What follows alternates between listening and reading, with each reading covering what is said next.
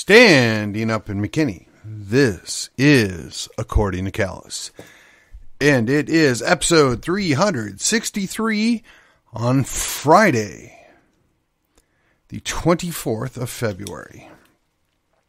It's been a busy week. There have been lots of things going on. And I feel like I should tell you all, it's a little bit of a Friday Follies situation and an announcement thrown in. We'll get the highlights. We got KrisAnne Hall coming to town. We've got people working for adding more gaming. Talked about national divorce again. And guess what? Ideas do matter. So before we get into that, let me remind you that you can help me help you by like, share, subscribe, and quite frankly, follow this podcast. We are closing in on the 100K. I'd like to get there sooner rather than later, and every little bit that you all do out there helps me get there. All right, so first things first. Next Thursday, that's right, March the 2nd, KrisAnne Hall is going to be in town. She's going to be talking about the Constitution, federalism, and the roles of the states and the federal government. That will be March the 2nd at Redemption Point Church. Starting at 7 p.m., the doors open at 6:30, and for the small fee of $10, you help us bring quality speakers to come and educate, inform you and we the people. So, check it out. We will be sending out information via email through the Collin County Patriots and Constitutional Texans, and it will be all over social media starting this weekend. We just finished up our Daniel Miller, so we are kind of scrambling to get this all up to speed as quick as possible. Look for the Eventbrite link. Sign up ahead, please. All right, that's it. That was the announcement. On to the Follies. So apparently we are now celebrating the 1-year anniversary of a war that we ought not be involved in between two belligerent brothers. Or cousins, depending on how you want to look at it. That would be Ukraine and Russia. One, the most corrupt money laundering nation in the world, and the other one, a beleaguered bully. When you push on a bully, sometimes they punch back, and that's exactly what happened here. I don't think either side is right. I don't think either side is good. All I know is we are wasting a ton of money and a ton of weapons on a war that, quite frankly, is not ours to be involved with in the first place. And whether it is the pathetic leadership we're getting out of 1600 Pennsylvania Avenue or the weak-willed military people that are going along with this nonsense, the neocons are sending us down the toilet. And yes, I know I normally avoid federal issues, but how can we not help but see what's going on? They won't be happy until they get World War III, apparently. And I, for one, take a hard pass on that. Still waiting for, anybody to put forth some legislation to protect the Guard. Texas, are you listening? Okay, but speaking of things that are being brought up down in Austin during this term, yes, it seems that our representative from HD 67, that would be the sucking one, a.k.a. Mr. Leach, has found time in his heart, now that he's saved the babies, to bring in gambling. Yes, we need to expand gambling all over the state of Texas because apparently that's what's best for all of us. Never mind that the entirety of the convention roundly dismissed that and rejected it by a huge margin. No. Mr. Leach has found time to do that. Never mind you, the same group of people at the convention want to actually have a discussion about a national divorce or Texas independence or whatever your choice of words are. But Mr. Leach thinks you're all a bunch of crackpots, seditious traitors. His words, not mine. I'm just curious how this works. We go and we work our tails off to get these guys elected, and they promptly go and do whatever in the world they want, oftentimes in complete opposition to that which we, the people, want. Now, I will tell you personally, I'm not losing sleep over the gambling. Not a thing I'm interested in. It's not a vice that I have a problem with, but I could certainly understand why people have lots of legitimate concerns. And clearly the Republican majority has made it clear time and time again they don't want an expansion of gambling. At the very least, they acknowledge that the so-called lottery that was supposed to put in tons of money to the Texas schools has failed to do that. And the tracks and whatever else the gambling that they allow in the state of Texas still is not providing adequate funds for education. Indeed, we never, ever will have enough funds for education because as that system grows, they always find ways to waste more money, especially when they're getting the money from the state. But hey, what do I know? All right. Let's see. So we talked earlier in the week about the national divorce. I brought it up twice, I think, this week, and it's in the news. And as a matter of fact, I've heard other commentators weigh in on this, and I think it's interesting that Daniel Miller's been working his tail off since 1996 on Texit, which is Texas Independence. And, there are other groups that are formed that have been working for multiple time periods, right? CalX has been around for a while. The state of Jefferson was back in the 40s. They're resurging again. There's Greater Idaho. There's the Free State Project. And all these people are painted as crackpots and, losers or whatever else by the powers that be. But the very fact that they're there should tell you and me, we the people, that something's not right, that there is a problem out there. And that's coming from the feds. So we, the people at the state level, need to be active. We need to be involved and we need to push back. We need to rein in the abuse of power from the feds. The only way, or the best way, if you will, is through state sovereignty and states asserting their power back against the federal government. And it's like they tell us these things aren't happening. They tell us that we shouldn't be concerned about these things. Yet, time and time again, we see that they're lying to us. I mean, the very roles that the feds have usurped in order to provide us what we need, they fail on. Whether it's border control or it's just dealing with a train derailment, they're absent. I think in their absence and their lack of effort, at this point, has to be considered deliberate. It has to be considered belligerence from them against us, we the people.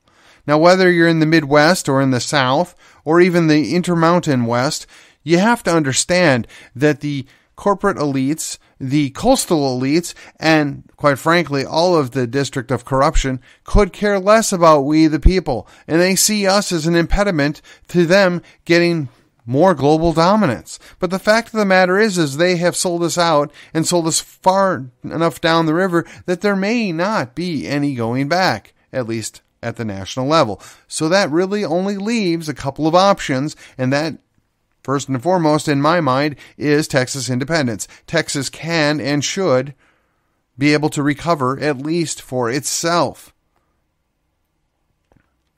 But if we bring in gambling and we cave to other, let's call them outside influences, how are we going to be able to distinguish ourselves from our other states? How are we going to be able to continue to be the powerhouse if we're continuing to whittle down that which made us great? That which holds us together. The Tejano Texian culture has no desire for any of that nonsense. And indeed, the, let's call them natural-born citizens of Texas, right? Those that have been here for generations, they had no desire to go full wet. But hey, the rest of those Yankees or the Californians, they want to have their booze and they want to have it easy to get. And they sold us on the concept that we want to keep our tax money in our town. Okay, that's fine. So they're going to use that same argument, and I mean, I would if I were them. Well, let's go ahead and legalize weed, right? Let's make all drugs legal. We'll just tax it so we get the tax money. Yeah, I mean, that's a net win, isn't it? Isn't that how they sell it? I'm not convinced. Wait until you start figuring out how much more money that costs you. The services you have to provide for people to destroy their lives with the state's blessing, you understand. Well, wait until you figure out all the side costs, whether it's gambling or drugs everywhere. I mean, I don't think California got to its position immediately. I'm fairly certain Nevada wasn't ruined by Las Vegas immediately. These things take time, but we have history to show us what happens when you ignore the law, when you just make everything legal, when you pretend there are no consequences for bad behavior. Now, for many, many years as a self-identified libertarian, I felt like, well, hey, I can make a good argument why I don't need to throw people in prison for doing stupid stuff. I still believe that's more often than not the solution. You don't throw them in the prison, but you don't then say the state should say this is a good thing and you should do this and we're going to celebrate it. And, oh, by the way, we're going to give you extra goodies because you've now shown yourself incapable of taking care of yourself because you're stoned all the time. Or you're in massive amounts of debt because of your gambling habit. I don't see how we enable people to ruin their lives, and we should be happy about that. I don't understand why somebody that is so pro-life would be so interested in helping other people ruin their lives. Jeff, what are you thinking? And I know he's not alone, and I know he's not going to be the only one.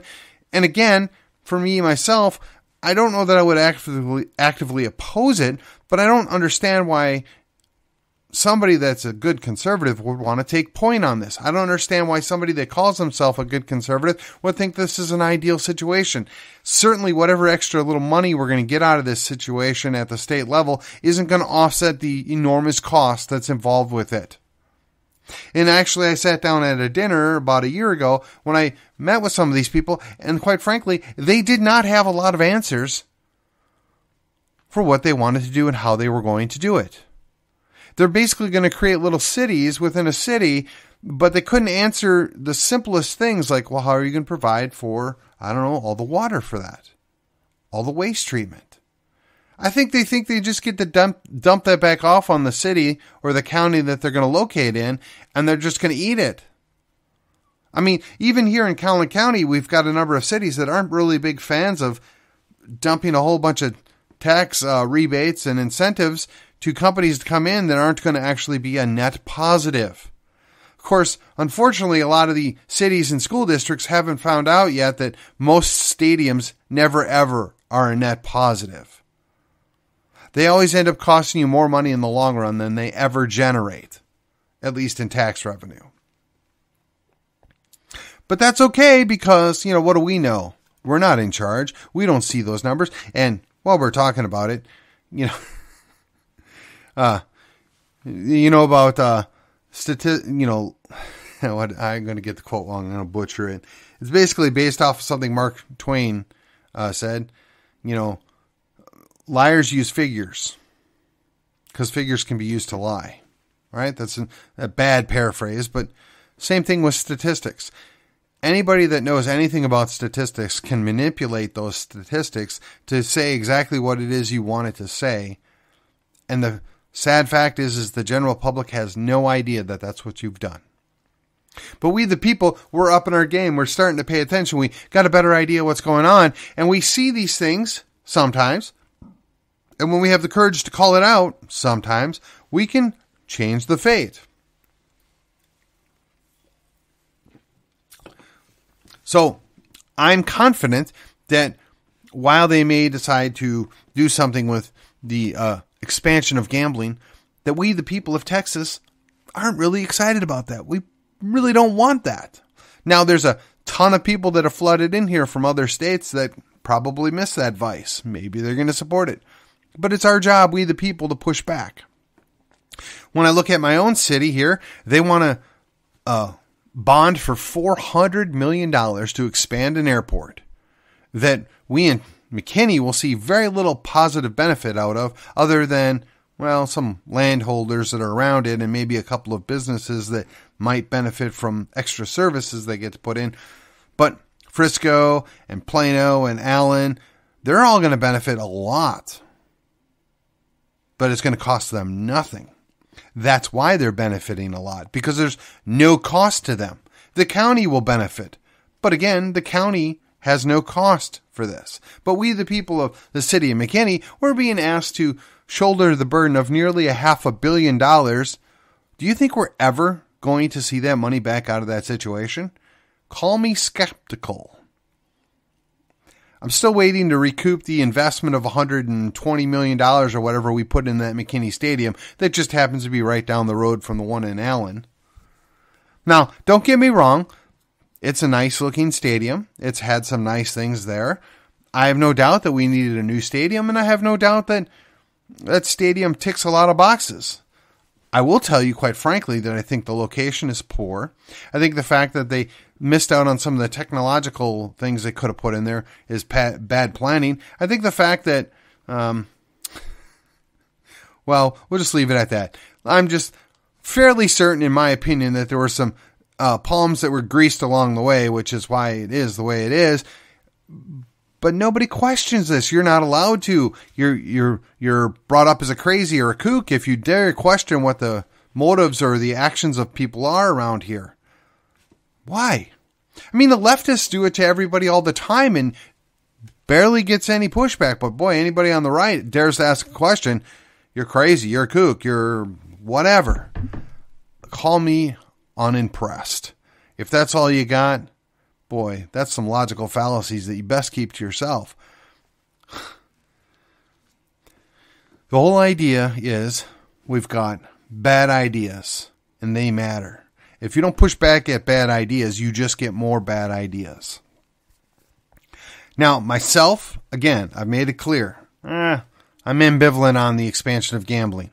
The Republican Party is quite clear they don't want it.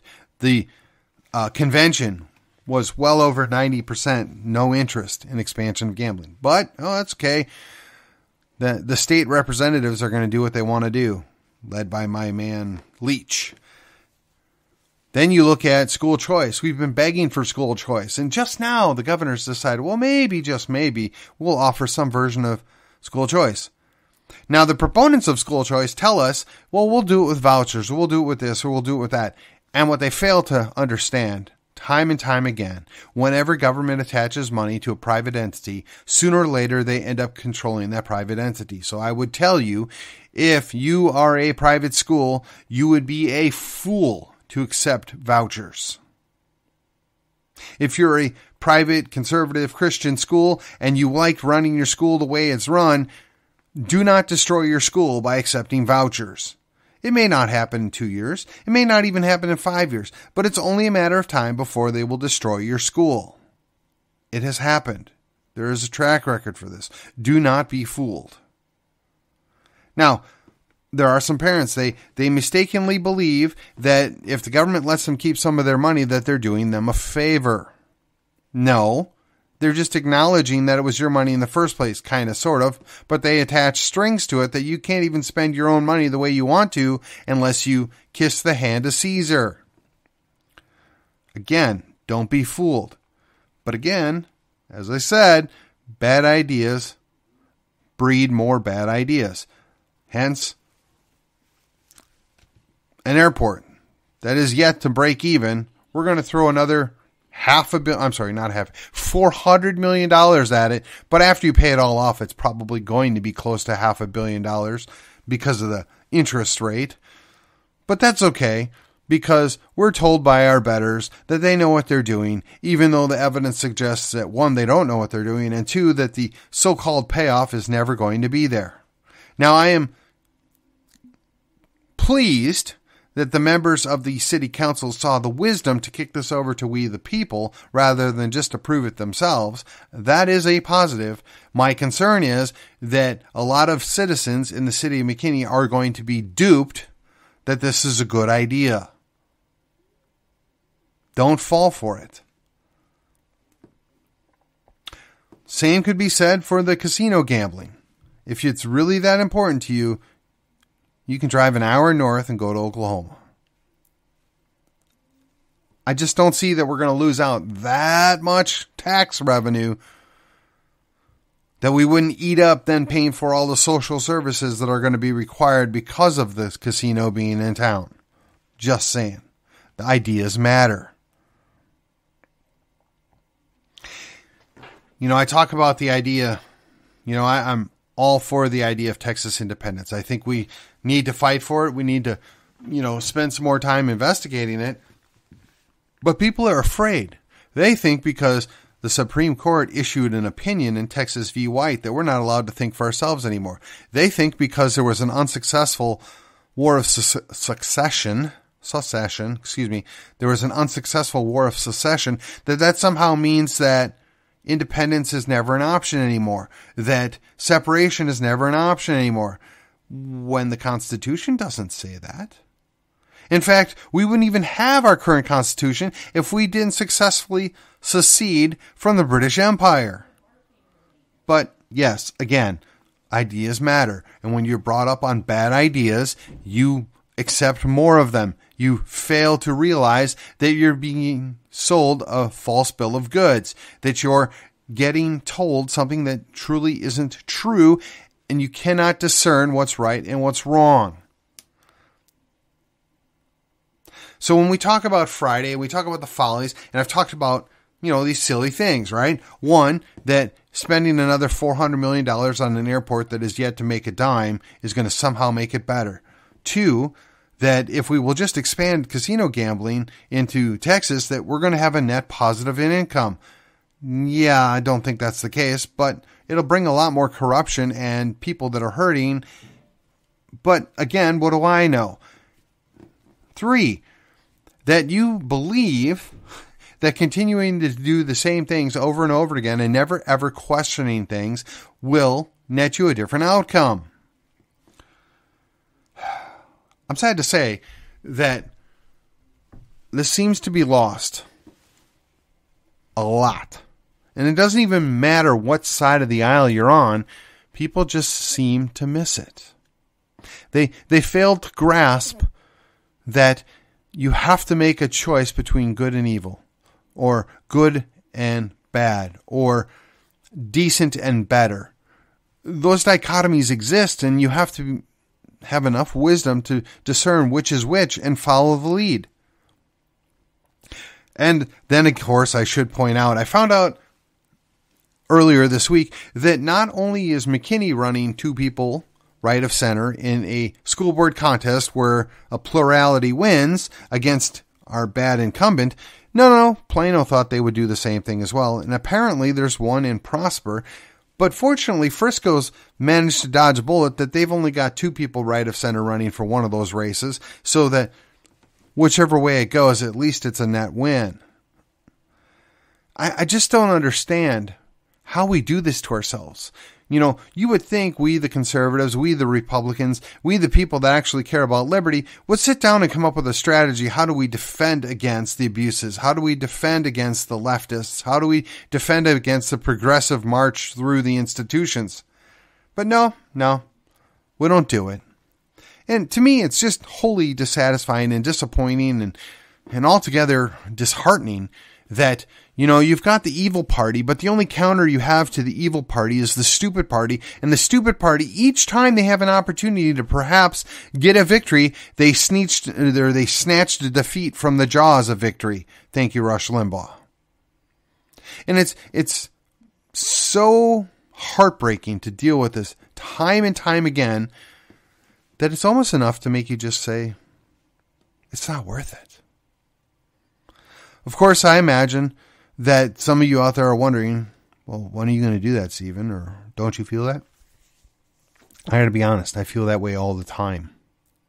All the time I have to push back on the concept that it's just not worth it. It's not worth the hassle. It's not worth the blood, sweat, and tears. It's not worth the brain power. It's not worth the emotional angst that comes with it. But then I just relate to the idea that if not me, who? If not now, when? And my children are waiting in the wings to step off into this world and become successful people. And if I do nothing, that's going to be even harder for them. As a Gen Xer, we've often accepted the fact that we're going to be the first generation that's not as well off, or technically worse well off, than the previous generation. And there are some of my generation that are a little more bitter than I am, and they refer to the boomers as the grasshopper generation, right? The locusts. That might be a little harsh. I got to tell you, I am tired about hearing about the Beatles, and I am tired about hearing about, the quote unquote glory days. My only question is what do we do now?